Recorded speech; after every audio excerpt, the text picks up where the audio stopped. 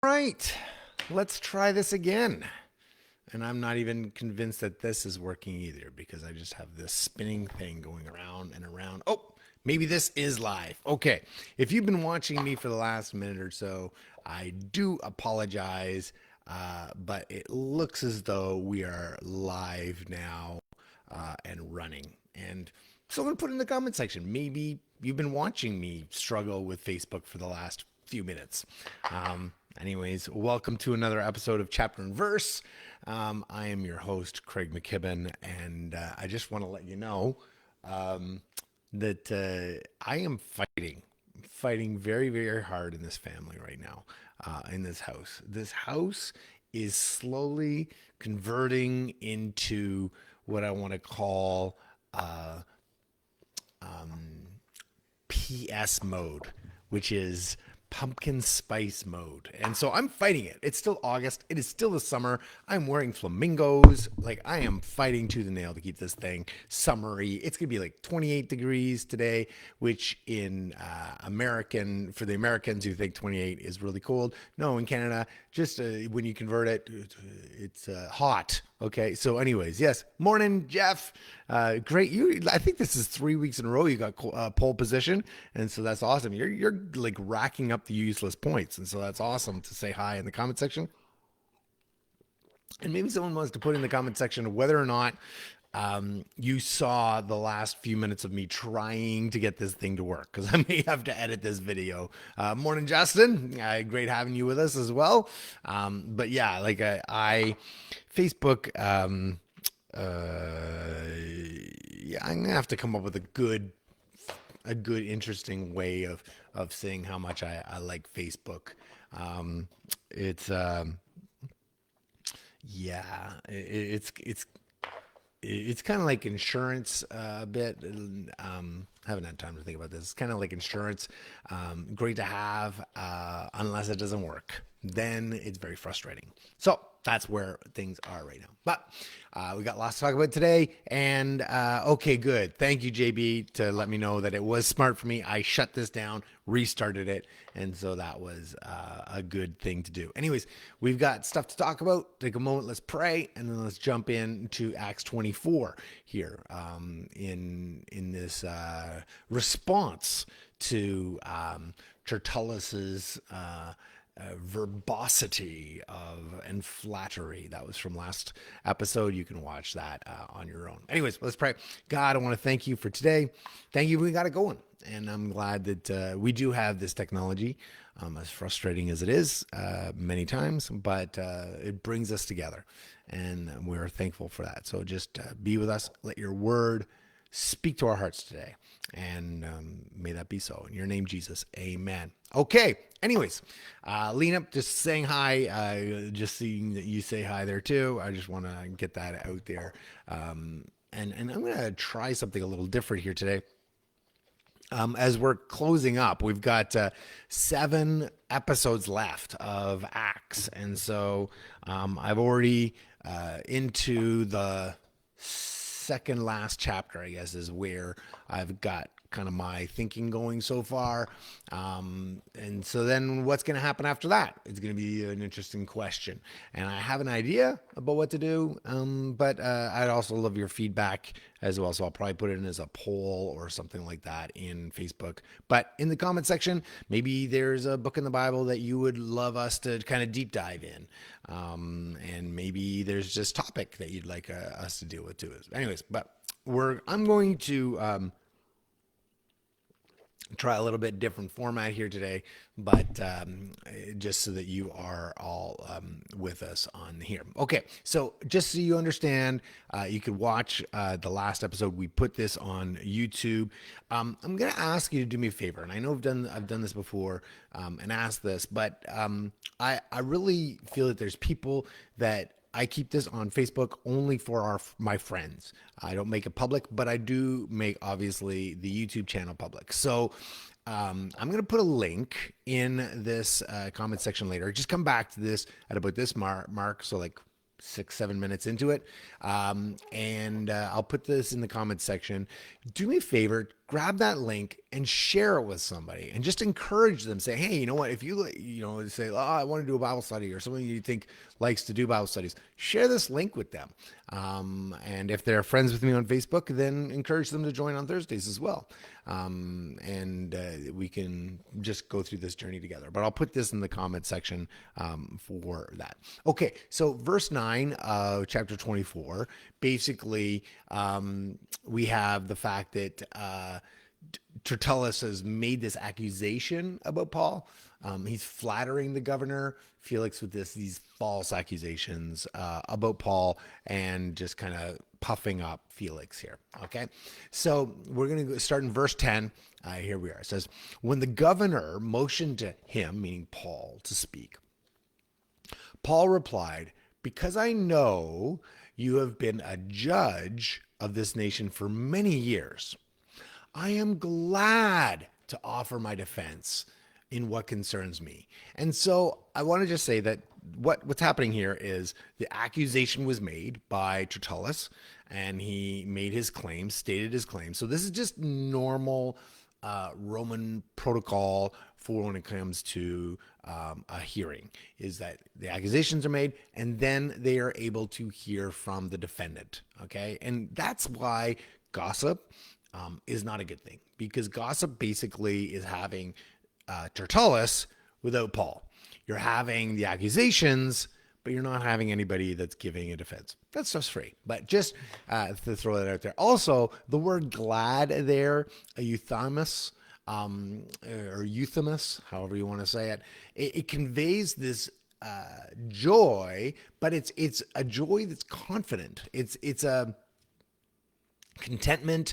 It's when I think of the fruit of the Spirit, love, joy, peace, that joyfulness there, same word, joy. It's this whatever happens, it's going to be okay kind of thing. And so here we have Paul. He's just been like maligned with all this like crazy information, and he says, I'm glad to offer my defense in what concerns me. And I just think that there's something that we can learn from that. Okay, so verse 11 says this. So you can verify for yourself that this is no more than 12 days since I went up to worship Jerusalem. Worship in Jerusalem. Big difference. Maybe a preposition matters from time to time. But you've got this. He says you can verify for yourself. That's actually an important point to think.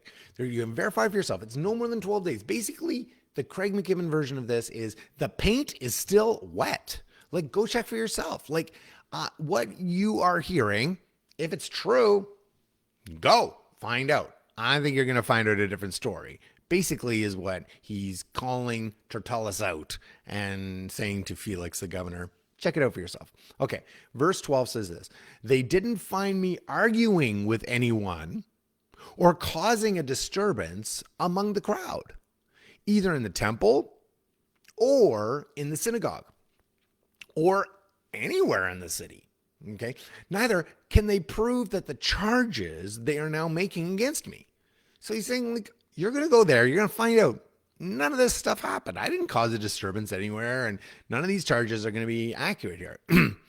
This is interesting. Verse 14 says this, but I admit this to you. I worship the God of my ancestors according to the way, which they call a sect, believing everything that is in accordance with the law and written in the prophets. Okay. So, sorry. I'm going to take that paragraph, that little, what was it called? My goodness, why my mind is just lost there. That little section there, of the sentence out there. So he says this, he goes, I worship, let me read this out here. He says, but I admit this to you. I worship the God of my ancestors according to the way. Take this part out, which they call a sect, but the ancestors according to the way, believing everything that is in accordance with the law and written in the prophets. Okay, so here's what he's basically saying. I worship the fulfillment of the very thing that these people are accusing me from. I follow the law. I believe in the law. He's not avoiding confrontation. What he's doing is he is rebuking conspiracy. Okay, so let me say that again. Paul is not avoiding confrontation. It's not what this is about. He is rebuking conspiracy. You're saying this is about me go off on some wild tangent. You look at the law, I'm just believing that the law has been fulfilled in this person called Jesus, right? That's what's happening. I love the fact that they call it the way. Boy, and I've heard churches called the way and over the years, and rightly so, like the sense of like, it's not like, where did you get that term? Obviously, I understand that. But we call it Christianity. And where we have the word Christ in there, and to be a Christian, there's different ways of looking at it. You can say a Christian is a little Christ. That's one way of looking at it, or one who mirrors or models their life after Christ. I love the term the way. I just love it. I think that the term the way is what do you, I believe in the way. It's, this is the way. I know. And if I'm going to give 100 or no, I'm going to give 1,000 useless points.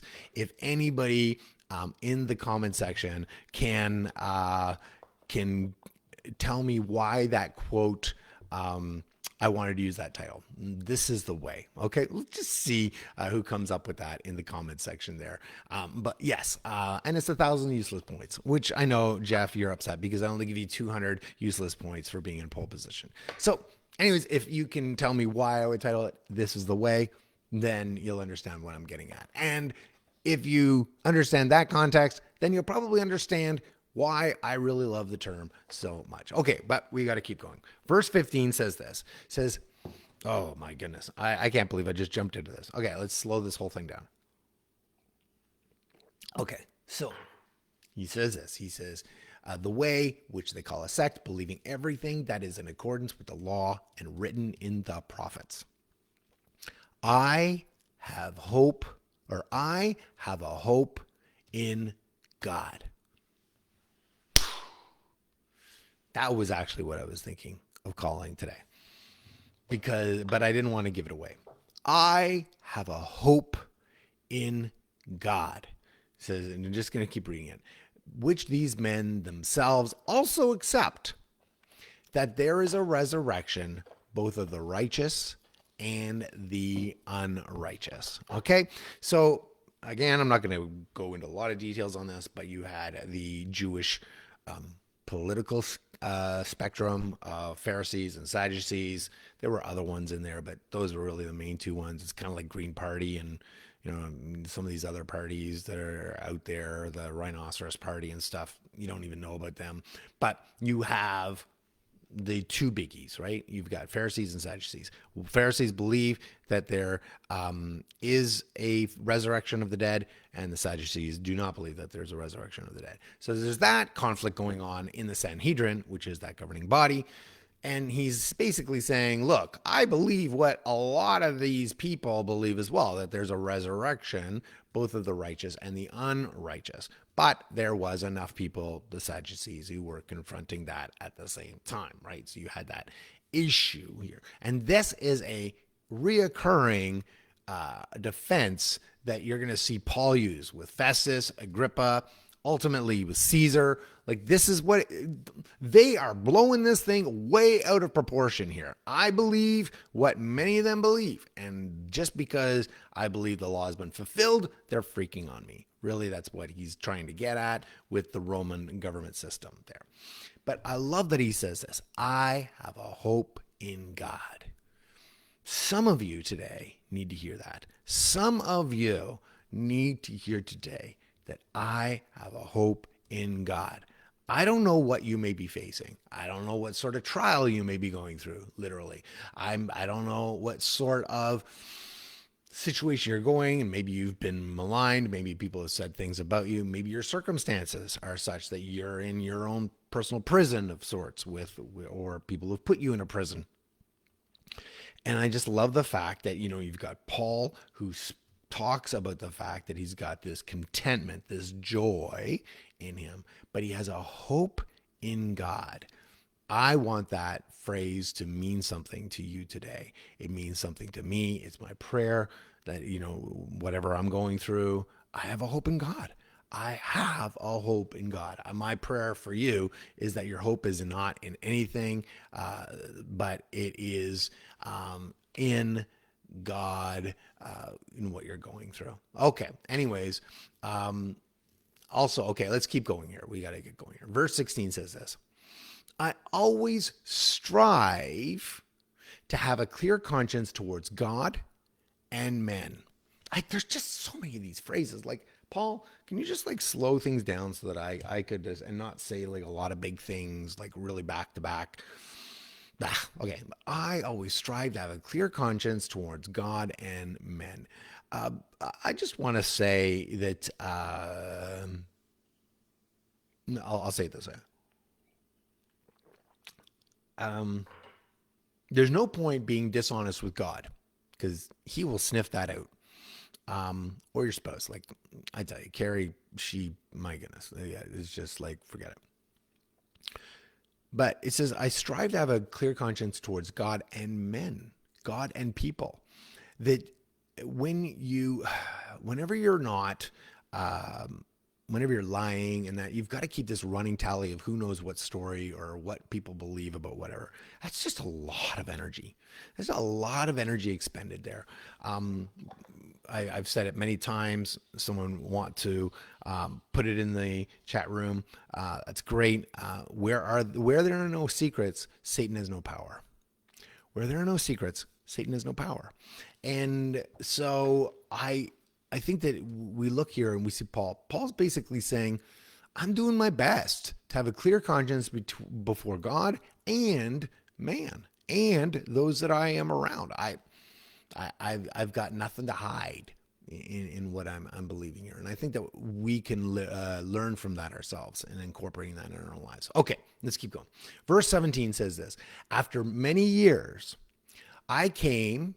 So he's basically telling what happened. Okay. After many years, I came to bring charitable gifts and offerings to my people.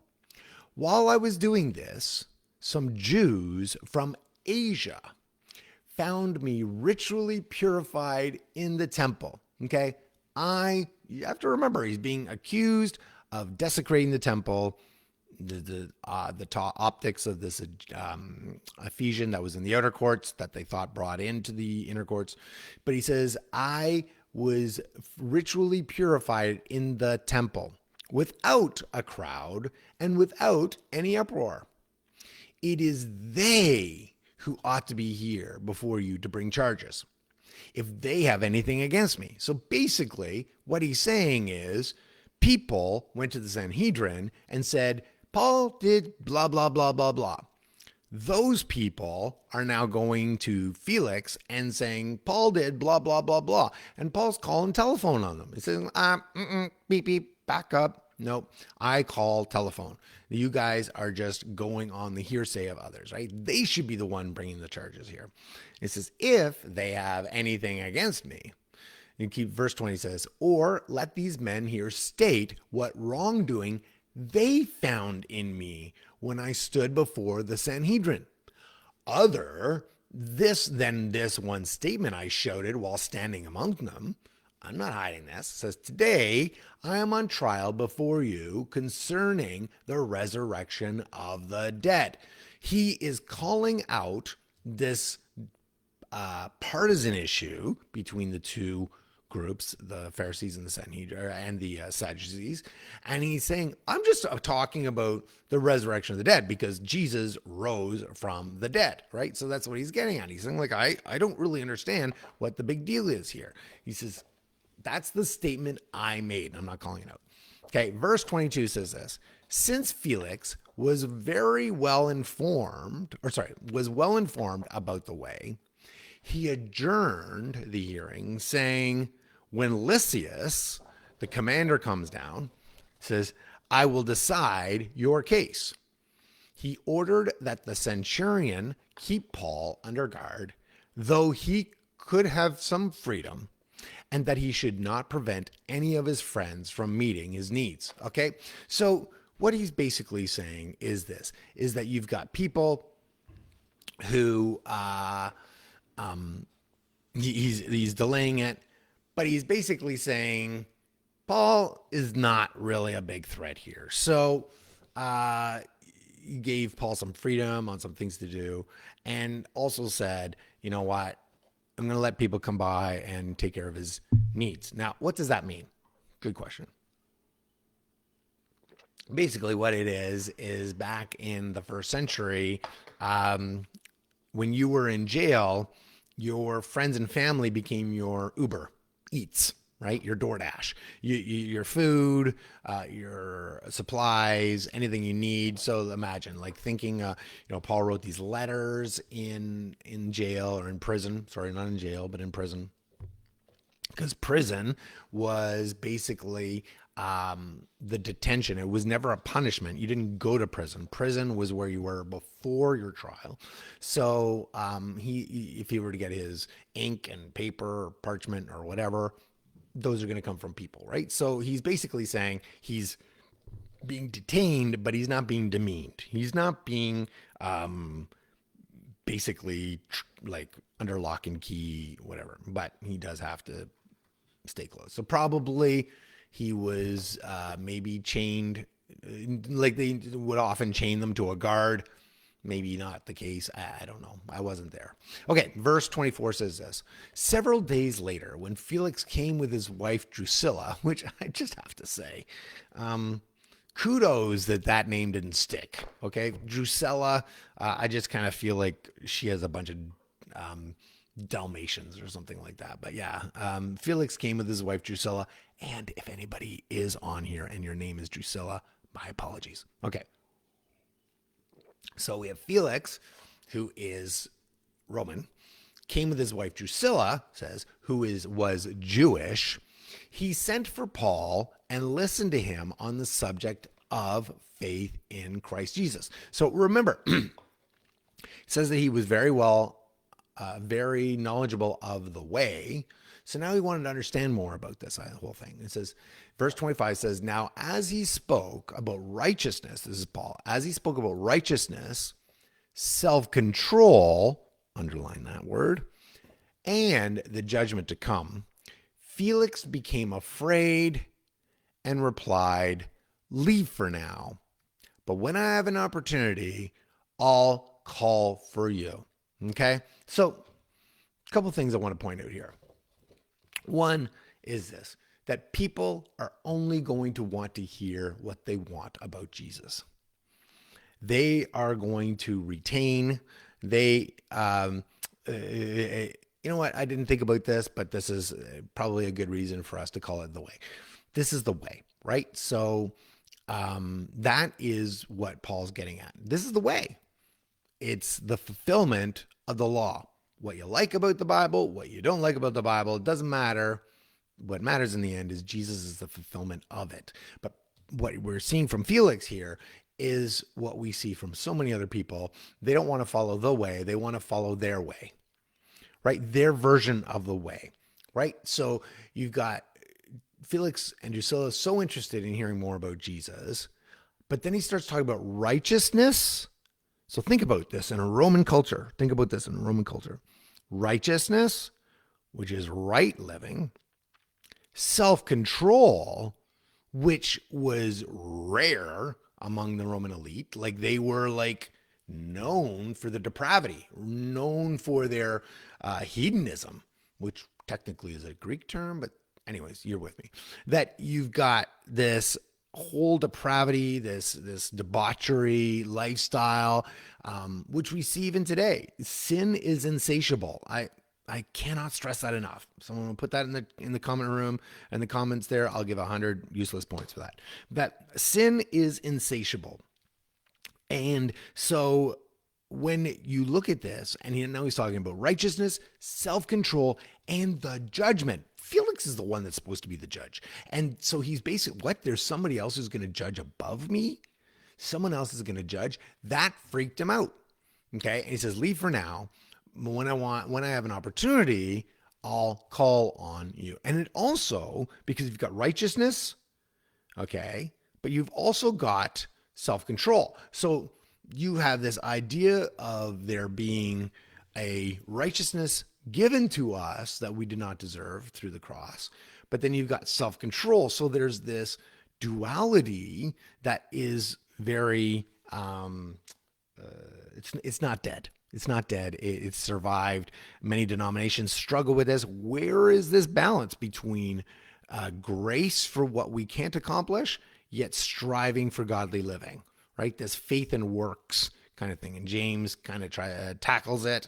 And, I believe, well, I've done a series on James before, but you've got this faith and works kind of duality there. And I don't have a lot of time to kind of broach that subject, but you're with me there. Okay.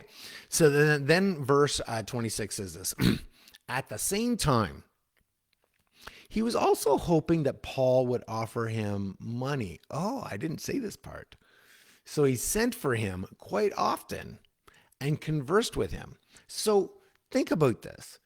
You're Felix. You want to be paid off. It's very common in that time to be bribed, to be set free.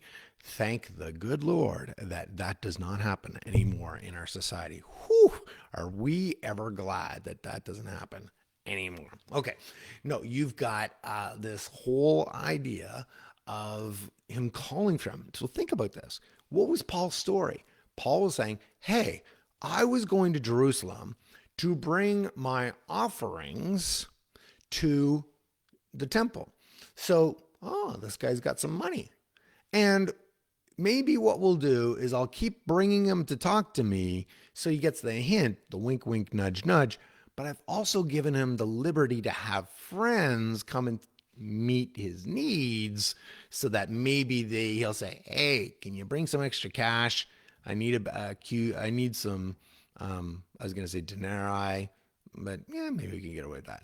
But like, it's give me some money and then I'm going to pay this off. So he's kind of waiting for that whole thing to sing. So so he says, so he sent him quite often and conversed with him. So I do also want to stress that this is not my notes. Maybe I shouldn't do it. Okay. I'm going to say it anyways. That we have to remember, as Jesus is like, don't cast pearls before swine. That sometimes people are going to seem interested in your faith, but really all they're doing is they're just trying to meet their own needs. It doesn't happen often. I wish I could say that it's never happened to me, but it has. So I'm just going to throw that out there. Maybe we're to be obedient and share God, but at the same time, not everyone's coming and asking for the right reasons. But I do like the fact that it doesn't say that Paul started saying, forget it. You don't even care about this. No, it was another opportunity to share Jesus. So I'm not saying to you to not. I'm just saying that maybe you can see through those things. And who knows, maybe Paul a few times said, look, you just want money. Or I don't know. He doesn't say anything like that. But it just shows something about that corrupt nature and how Paul was not feeding into that, right? He says, I want to have a clear conscience before God and for men. Okay, wrapping things up. Crazy, crazy verse here. After 2 years had passed. I got thinking about that. 2 years ago was the summer of 23 for me. And I'm like, I don't even know what I was doing 2 years ago. So here, 2 years back, you have this, Paul is still in jail. And he has been, we don't know how many times he has been hanging out with Felix here. But it says after 2 years had passed, Porcius Festus succeeded Felix. Finally, a change in command. Good. Like Joseph, I can get out of this place and it'll all work out. And then it says, and Felix wanted to do the Jews a favor.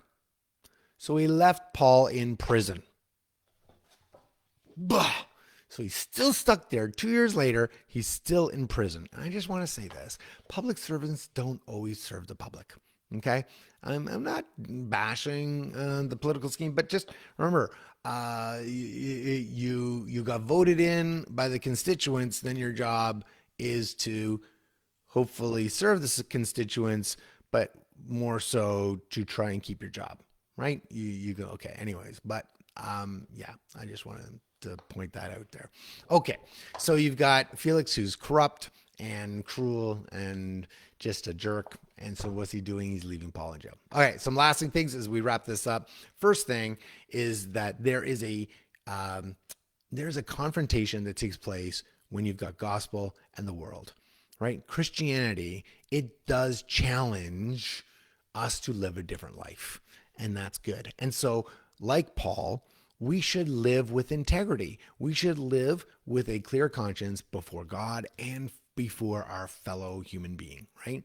And the last thing I want to say is that we need to be reminded, maybe that's you today, myself, I just like gleaned this from this study, that God's provision can often be delayed.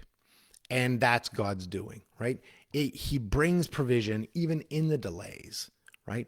It advances God's plan regardless of the fact that Felix is being a jerk, right?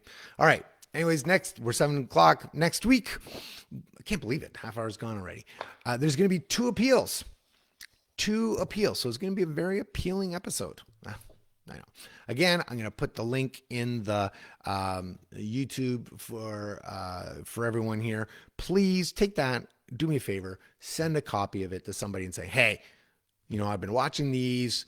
If you're not a friend of Craig on Facebook, then these are just really fantastic. Okay, flattery. Okay, we're getting, I'm not even listening to my own messages there. Okay. All right. As always, I love to leave with something. And today I thought it would be really good to leave something with you that means a great deal to me. What means a great deal to me? Bargain. Bargain means a great deal to me. All right. See you next time. God bless you.